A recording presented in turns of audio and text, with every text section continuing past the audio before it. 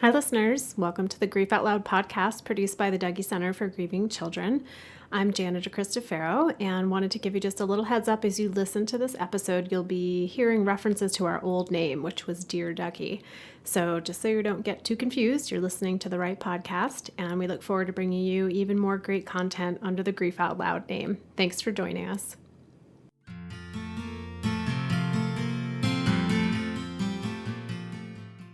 Hello, everyone, and welcome to the Dear Dougy podcast, produced by the Dougy Center for Grieving Children.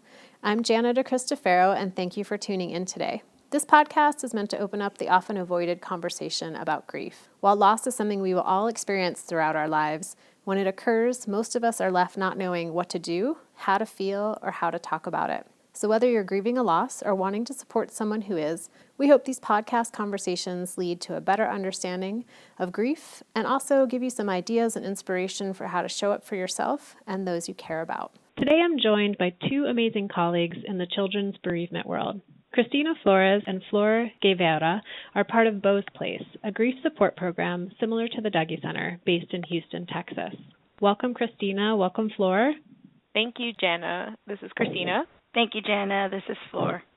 Thank you so much for being part of our podcast today and calling in from Houston. I asked Cristina and Flor to discuss the phenomenal work they've been doing since 2014, where they offer grief support groups in Spanish, and this is part of trying to keep pace with the Houston area's growing Spanish-speaking population. Today we're going to talk about what it means to provide culturally appropriate grief support in the Latino community, and also share some ideas and suggestions for other service providers who are looking to best meet the community's needs. Before we jump into today's topic, Flor and Cristina, could you talk a little bit about what you do at Bo's Place and how you got connected to this work? Yes, love to share a little bit more about that. This is Flor. Officially, my title is Spanish Outreach Manager. What that translates to is that here I co-manage the Spanish-speaking family group along with Cristina. I also manage a school-based program where we go out into the community and provide support groups on different school campuses. Also, I'm involved in a lot of the outreach specifically to the Latino community in Houston for our Spanish-speaking programs. So really trying to get the word out to the community. Yes, for sure. So this is Cristina, and I am the Bilingual Ongoing Groups Manager here at Bo's Place. And my title probably denotes nothing of what I do besides the fact that I manage something and I'm bilingual. So to kind of explain it, as Flor mentioned, we co-manage our Spanish programs. And along with that, I also manage one of our bigger family groups here at Bo's Place, our ongoing group. So a big responsibility that I have is to onboard all of our new families, both in English and in Spanish, and then help out in whatever ways that I can when I'm not in the office with the Spanish outreach as well. So you're really, it sounds like the first point of contact for these families and helping them get connected to the program and understand what they're joining and what services they'll be receiving. I know for me in my life, people are always asking me, like, how did you start doing this work? Why would you want to work with grief? And I'm curious, do you run into that question? And what led you to being part of this world? We do get that question often. This is Flor. What has led me to this work, let's see, right after grad school, I started working at a large hospital here in Houston in our medical center. I was assigned to two different units, but in the work that I would do on a day-to-day basis, I ended up doing a lot of actually end-of-life work. And so sitting with families and the medical team and communicating news and updates to family and planning for whatever was coming after the hospital stay. In that, it just kind of happened that I happened to have two units where we saw a lot of death and would have those conversations often with families and patients. And so I got a lot of practice in those years at the hospital and became very comfortable in those types of moments. In Houston, I think Bo's Place is one of those places that if you're a social worker or a counselor in the mental health field, you know that Bo's Place is here. So I'd always known that Bo's Place provided grief and bereavement, and the opportunity came up to apply to be the Spanish Outreach Manager, and it fit perfectly into what my interests were at the time. So you were really working in that before the death atmosphere, and that's where you learned to maybe be comfortable having those conversations. Mm-hmm. And Cristina, how about you? For me, Very similar story to Flor's. Straight out of graduate school, I also was a medical social worker down at one of the hospitals in the medical center here in Houston, and I was assigned to the neuro ICU and the neurosurgery acute care floor. So in my line of work, what I was having to do quite a bit as well is have those end-of-life conversations.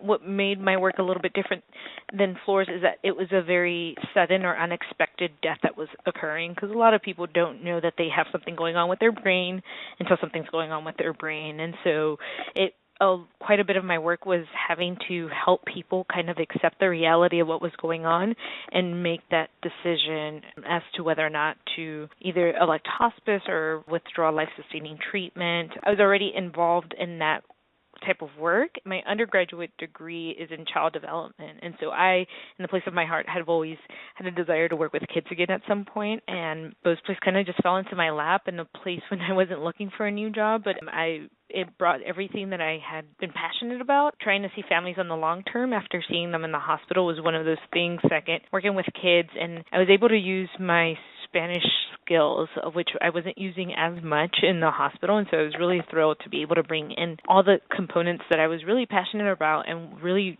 drew me to social work to begin with here at Beau's Place.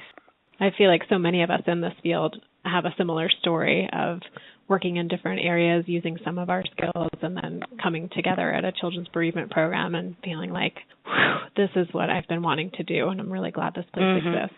Yes.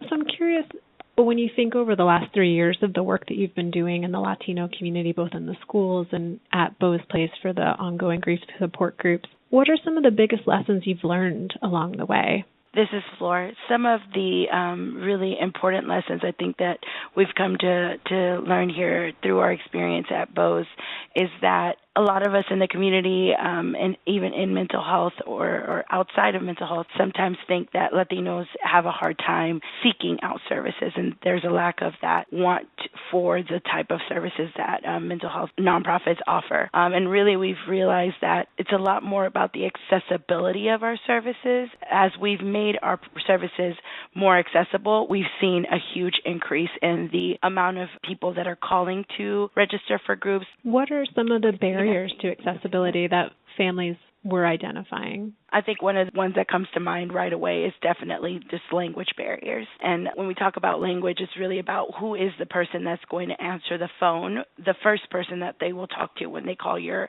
agency. Will they be able to speak Spanish, understand Spanish, or transfer them right away to someone that is bilingual? Because I think what a lot of our agencies struggle with is finding the bilingual clinicians to be able to be in office to answer those first calls. And if you miss that first touch, a lot of times you won't get that person or that family to call back. And so one of the biggest ones I think would be definitely language. And another would be transportation for some of our families. Depending on the city or the town that you're in, transportation mixed in with work schedules, because for a lot of our families also work schedules look a little different than for the traditional American family a lot of the times. And so that is why our Spanish-speaking groups here at Beau's Place, we actually offer them on weekends, both in the morning and the afternoon, either Saturday or Sunday, because we saw that a lot of our families wouldn't be able to make it if we did them even in the evenings on weekdays, because they work such long hours so many of the times. So having to be really flexible about when the groups are offered to best meet when the families are actually available or able to come. Yep, it's crucial. You mentioned there's a thought out there that people in the Latino community are not accessing services because they aren't wanting those, but it's really more about whether or not there's barriers. Are there other misconceptions that people are carrying about working with Latino families? That's a very good question. I would, and this is Cristina, I think the other component is to realize that our Spanish-speaking families are surviving in an English-speaking world, and so their ability to be able to understand some English is there, but what it really comes down to is what is the language of the heart, and understanding that the language of the heart can be varied within the family, and what might be one language for the parents can be a completely different language for the children. I think that's very important to denote as well, that an entire Spanish language program isn't going to work for the entire family. That's one of the components that we've remained mindful about in our programming here, to where our adult groups are facilitated in Spanish. Our youngest age group, which is our 5 to 7 year olds, have bilingual facilitators, but our other kids groups are facilitated in English, Because what we also know is that the kids are going to school, and that's becoming the language of their heart. It's important for folks to realize that the Latino community is not a monolithic group. I think it expands over 26 countries around there. And so you're talking about a large group of people that come from many different parts of Latin America, actually. Traditions vary, languages vary. Everything is very different depending on countries, and then even by countries, by regions in those countries. And so remembering that it's not a monolithic group that we're talking about is really key in the development of your programs. And I was really struck by that idea of the language of the heart and thinking about, there's a difference between English and Spanish, but also when we see families coming to our program, what's everyone's individual language of the heart? For some people, it's going to be artistic expression. For other people, it's going to be music. And for some people, it might be using their words. Right. There's a lot around the term being culturally appropriate. And I'm curious, when you both hear that term, what comes to mind? What comes to mind is being aware that you're not going to be aware of every single cultural tradition that comes with a person as they walk through your door. Culturally appropriate, I think, is one of those terms that's harder to understand just because it comes with, it's so heavy, what it encompasses, right? And so there has to be, I think, a cultural humility piece that comes along with it, really. And it's being able to say, there is something that each of these families and each of these clients can teach me about their culture. Is going to be a lot more important than wanting to understand what are all of the things that I should know about this person. And this is Cristina.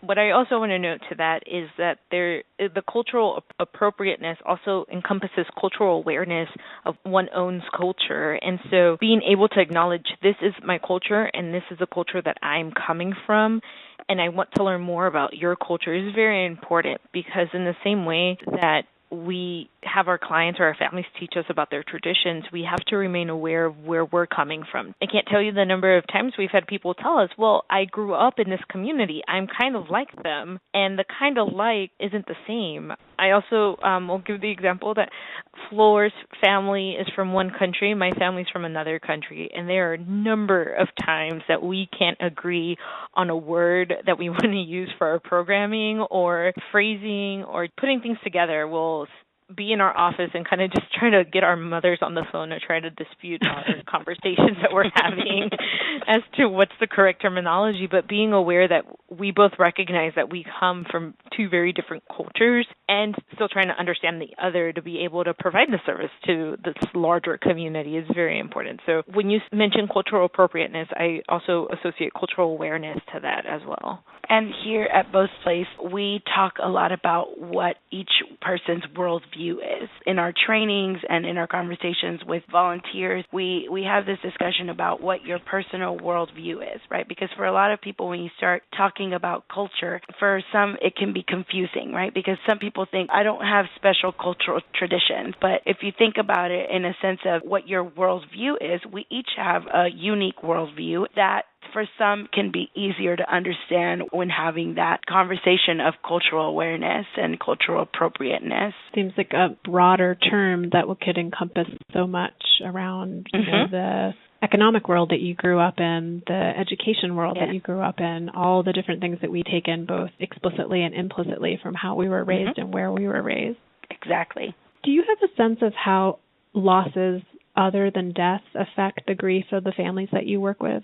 Yes, what we see is that we see our families who are coming in as first, second, or third generation here in the U.S. And so we either have the loss of homeland of where they came from, where parents grew up, where the kids have grown up, the home that they knew, now trying to assimilate to this new culture, and then you add a death on top of that, makes it very complicated. There's also what the entire immigration journey brings, whether or not it was a choice or a need to leave, whether there was a death in the home country or the native country to prompt the journey to the U.S., whether or not they have, what their documentation status is here, and the implications that has as well. At the same time, if a death has occurred in their home country and they're here in the U.S. and unable to go back for the services. We who work in grief know how important it is for people to be able to say goodbye to their person who's died. And so not being able to have that because of XYZ reason at times can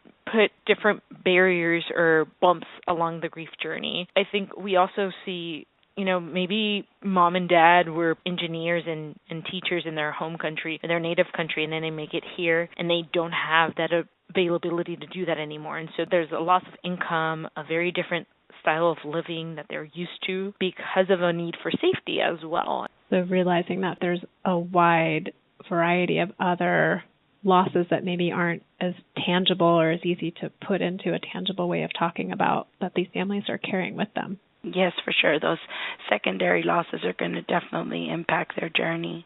And with the idea that if the person in their family who died in their home country and they are unable to travel back to be part of any memorial services or funerals or other ways that people are saying goodbye, have you seen ways that people have adapted or created their own rituals for doing that if they aren't able to travel back? Here at Bo's Place, we work very much to be intentional with our families in the sense of helping them create that continuing bond and have some form of memorialization.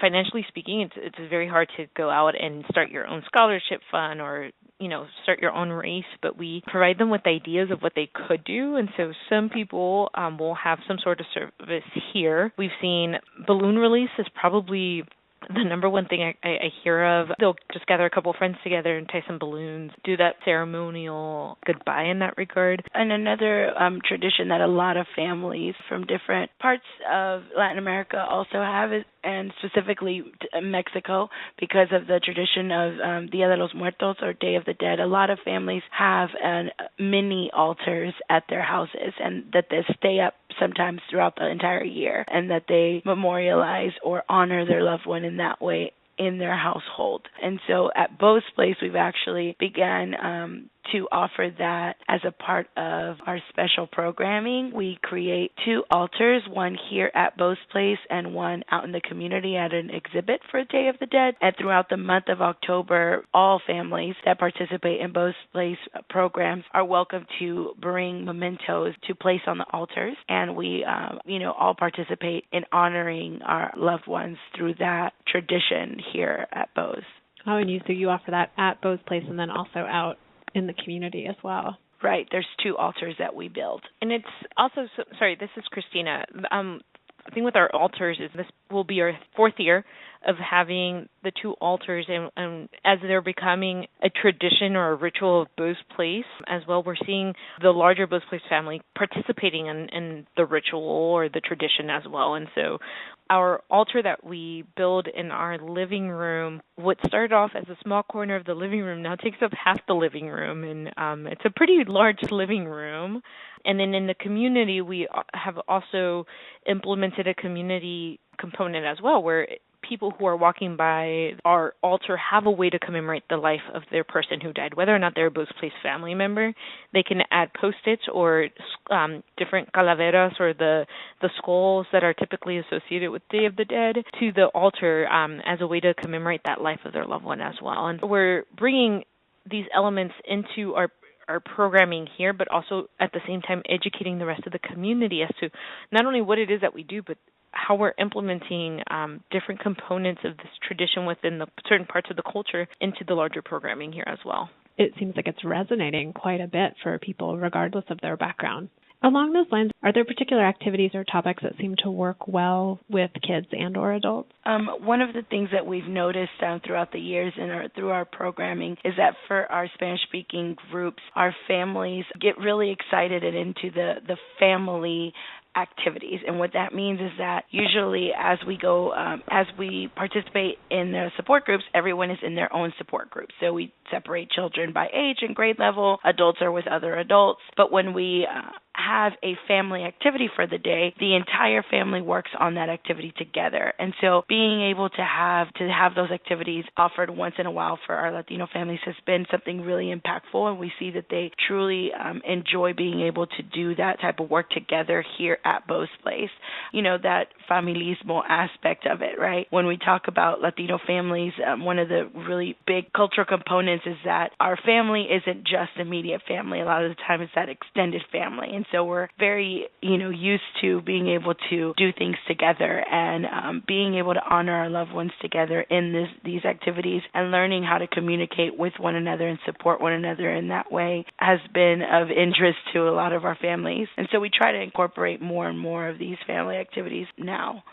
Do you find that the teens are also eager to participate as a whole family?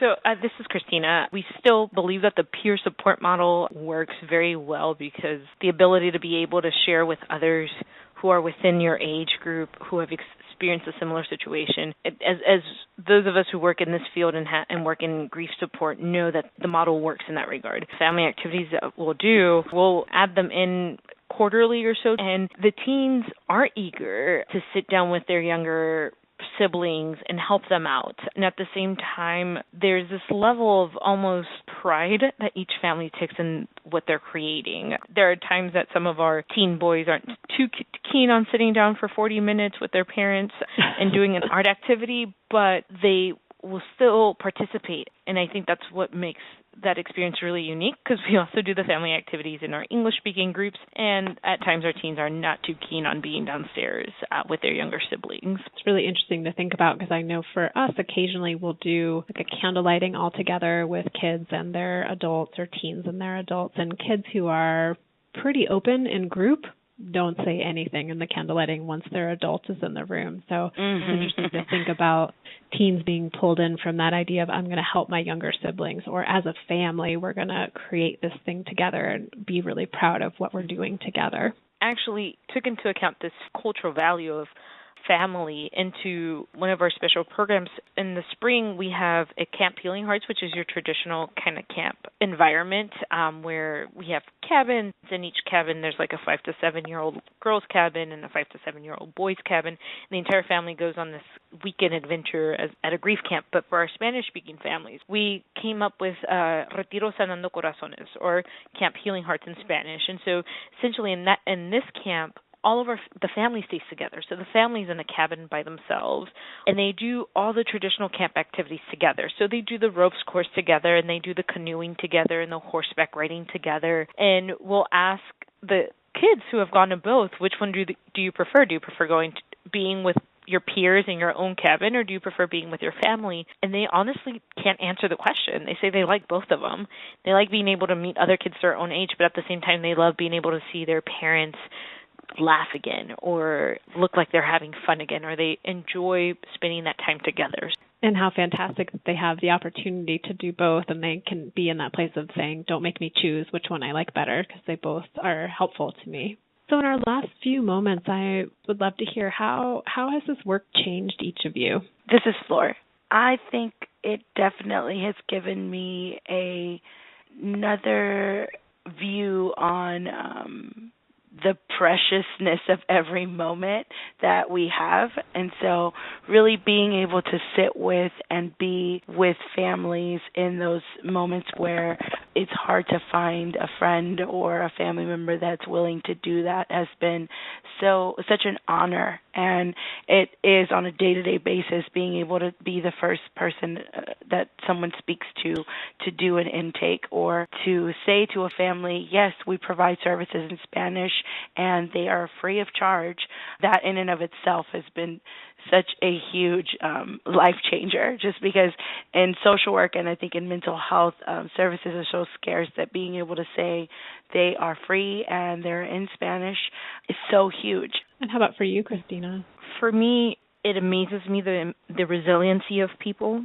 It renders me speechless at times to know that throughout all this adversity and everything that they have to go through, and the difficulty of their grief journey that they have before them, with all that, our families, specifically our Spanish-speaking families, are so incredibly grateful.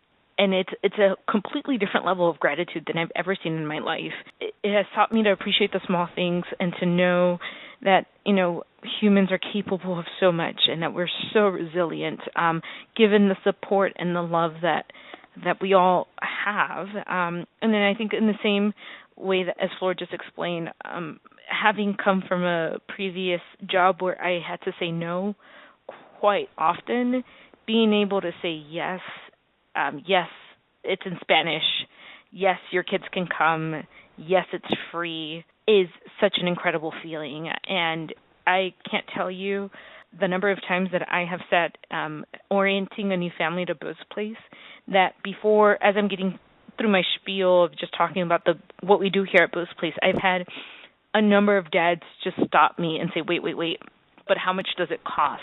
Because this is too good to be true. And I tell them, no, we're completely free. And I just see the weight of the world lifted off of their shoulders, and they sink into the couches. I think just on that matter of being able to see those and being able to say that, I'm just immensely filled with gratitude. And that has definitely changed since I started in this work. I'm grateful for the small things and grateful for the big things and just for everything in between. Absolutely. I know for us here, we'll have families who call and they're telling us their story of who died and asking about the services. And as soon as they find out it's free, that's when the tears come. This is Cristina. I just wanted to share one quick story that I had about a family who was recently arrived to the U.S. as they had experienced the murder of one of their family members in their home country and had fled seeking asylum here, and they were seeking grief support groups. And so we were orienting them.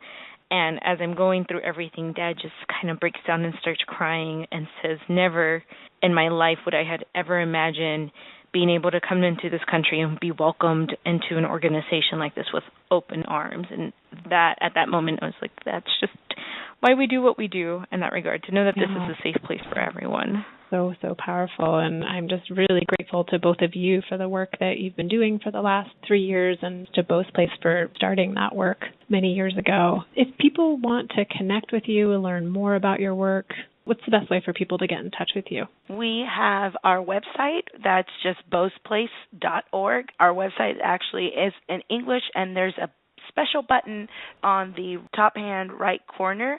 When you click on it, we'll translate the website to Spanish, and so the whole website kind of flipped to Spanish. And so the website is one way. Another way is just emailing us or calling Beau's Place directly. Our emails is just our first name at beausplace.org, so Flor at beausplace.org, Cristina at beausplace.org. And Beau's Place phone number 713-942-8339. I just wanted to tag one last thing into what Flor just mentioned. For the community who's out there and trying to work with this population, but still in the baby stages and trying to figure out where do I even begin or where do I find resources in Spanish, I do want to point out that our website has I can't even tell you, maybe about 18 or so parent handouts, both in English and in Spanish. Great. Well, I will link directly to that area of your website as well. So thank you both so much for taking time to talk with me today and to be on our podcast. Yeah, thanks for featuring us, Jana. It's always great to be able to share a little bit more about what we do here, and especially since we think that it can help others either start their program, nurture their programs, grow. All of that is it's an exciting time in the field for us, and we love to be a resource for anyone out there looking to get into this work. Well, thank you. And for listeners out there, thanks for tuning in today. 2 things to note. We are planning a name change for our podcast, so that is coming soon. Stay posted. I will keep you informed of when that's going to happen. And if you want to explore any of our past episodes, this is episode 58, so there's quite a few to choose from. You can find them on our website, dougy.org, or in iTunes or any other podcast platform that you might use. So thanks for listening, and hope you'll join us again next time. Thanks for listening.